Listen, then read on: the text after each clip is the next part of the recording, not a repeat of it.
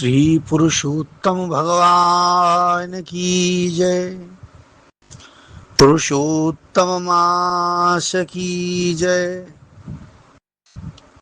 17वें दिन की कथा।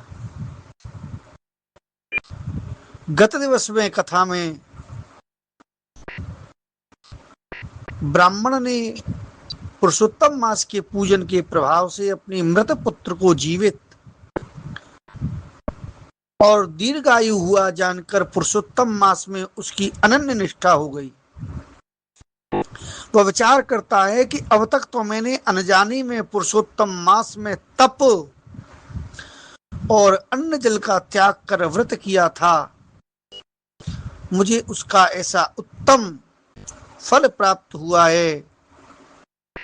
जो लोग समझ बूझकर पुरुषोत्तम मास में स्नान, दान, तप, भगवान नाम कीर्तन इत्यादि करते हैं, उनके भाग्य की सराहना भला कौन कर सकता है। इस प्रकार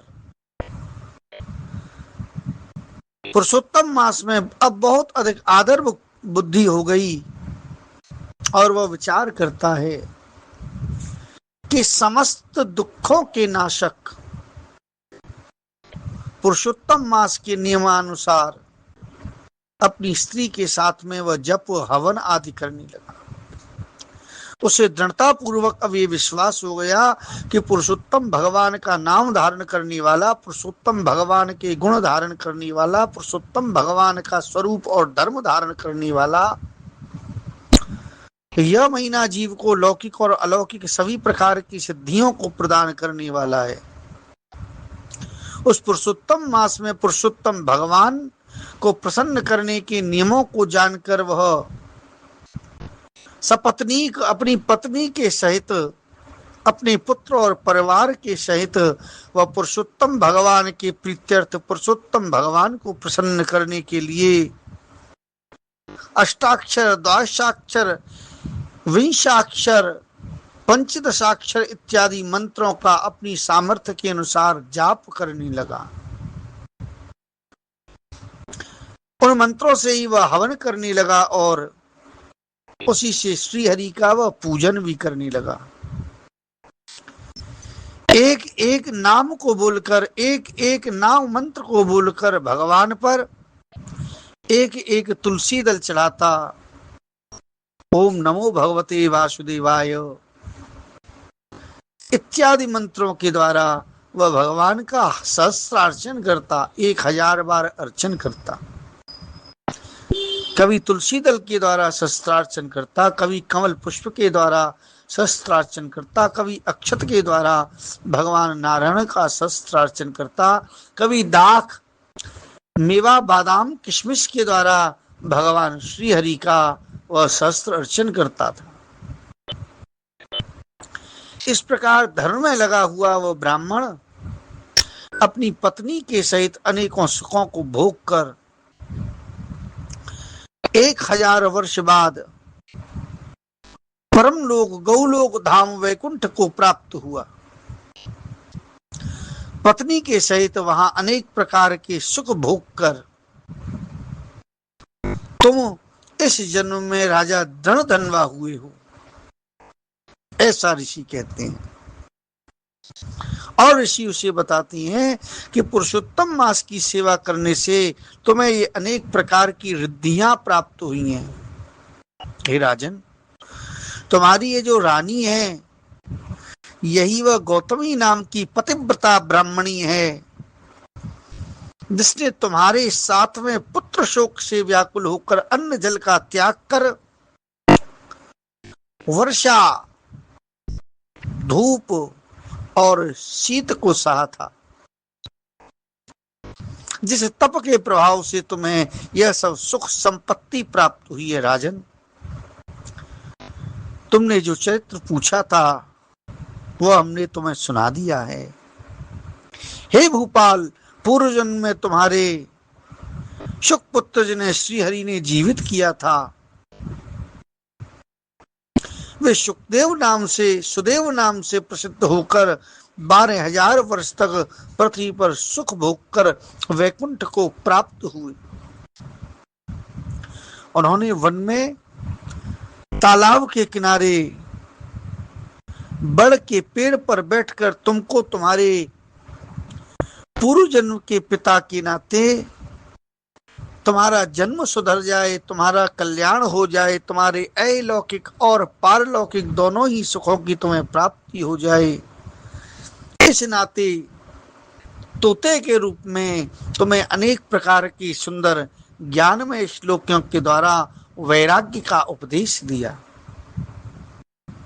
उन्होंने विचारा कि यही मेरे हित चिंतक और प्रत्यक्ष देवता है। वे विचारने लगे कि पूर्व जन्म में तुमने शुकदेव का तुमने बड़ा हित किया, तुमने बड़ा उपकार किया, अब उसका प्रति उपकार किस प्रकार से किया जाए। प्रति उपकार की भावना रख के सरोवर के किनारे वटवृक्ष पर बैठकर वह तोता अनेक प्रकार के ज्ञान में श्लोकों को बोलने लगा। राजा, जब तुम थक कर श्रमित होकर उस वटवृक्ष के नीचे सरोवर की शीतलता के स्वभाव के कारण विश्राम करने लगी, तब वही सुख अनेक प्रकार से वैराग्य में श्लोक गाकर तुम्हें वैराग्य का उपदेश देने लगे। ऐसा विचार करके वह तोते के रूप में हे राजन तुम्हें उपदेश देने लगी। महाराज, अब मैं पाप नाशनी सरयू नदी पर जाऊंगा, ऐसा वाल्मीकि ऋषि कहती। श्री नारायण भगवान बोले, इस तरह परम यशस्वी धर्मात्मा महाराज दृढ़धन्वा के पूर्व जन्म का संपूर्ण वृतांत, पूर्व जन्म की संपूर्ण कथा कहकर जब महात्मा वाल्मीकि चले गए, तब पुण्यात्मा राजा बोले कि हे श्री सूत जी, नारद जी ने नारायण जी के मुख से राजा दृढ़धन्वा के चरित्र को सुनकर अतृप्त होकर पूछा, महाराज, भक्तों के जो चरित्र हैं वह निरंतर सुनने से ही जीव को तृप्ति प्राप्त होती है और आनंद का अनुभव होता है। भगवान, आपके जो शरणागति धर्मात्मा भक्त हैं उनके चरित्रों से धर्म में और आपके चरणारविंद में रति होती है।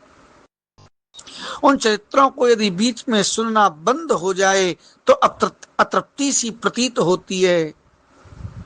इसलिए राजा दृढ़धन्वा का ऐसा धर्ममय चरित्र सुनकर भी अभी मेरे मन में आगे ऐसे ही प्रसंगों को सुनने की, ऐसे ही वृतांतों को जानने की महान लालसा है। अतप्त होकर राजा और यहाँ पर श्री सूत जी से शौनक इत्यादि 88,000 ऋषि भगवान नारायण से नारद जी महाराज बोले, हे मुनिवर, राजा दृढ़धन्वा ने वाल्मीकि ऋषि से कौन सा प्रश्न किया? तब नारद जी महाराज बोले, हे तपोधन, पुरुषोत्तम मास की सेवा मोक्ष पाने के लिए और किसने की, तथा पुरुषोत्तम मास में दान की कौन सी विधि है, किस विधि के द्वारा कौन सा दान करना चाहिए। पूर्व जन्म में सुदेव ब्राह्मण के रूप में मैंने विधि पूर्वक सेवा करी थी, जिससे मेरा पुत्र जो कि मृत हो चुका था, मर चुका था, वह जीवित हो गया। हे तपोधन, इस जन्म में उसके नियम अब मैं भूल गया हूं, अतः नियमों को भूलने के कारण मैं पुरुषोत्तम माह के व्रतों का निर्वहन करने में असमर्थ हूं। अतः आप पुनः मुझे पुरुषोत्तम मास के जो नियम हैं, जो पुरुषोत्तम मास में दान के प्रकार हैं, जप के प्रकार हैं, वह सब आप मुझे बताइए। राजा दृढ़धन्वा इस प्रकार वाल्मीकि ऋषि से जब प्रार्थना करते हैं, तो वाल्मीकि ऋषि पुरुषोत्तम मास के धर्म कर्म का जो वृतांत है कि जीव को किस प्रकार जागना चाहिए, उठना चाहिए, किस प्रकार से नियम पूर्वक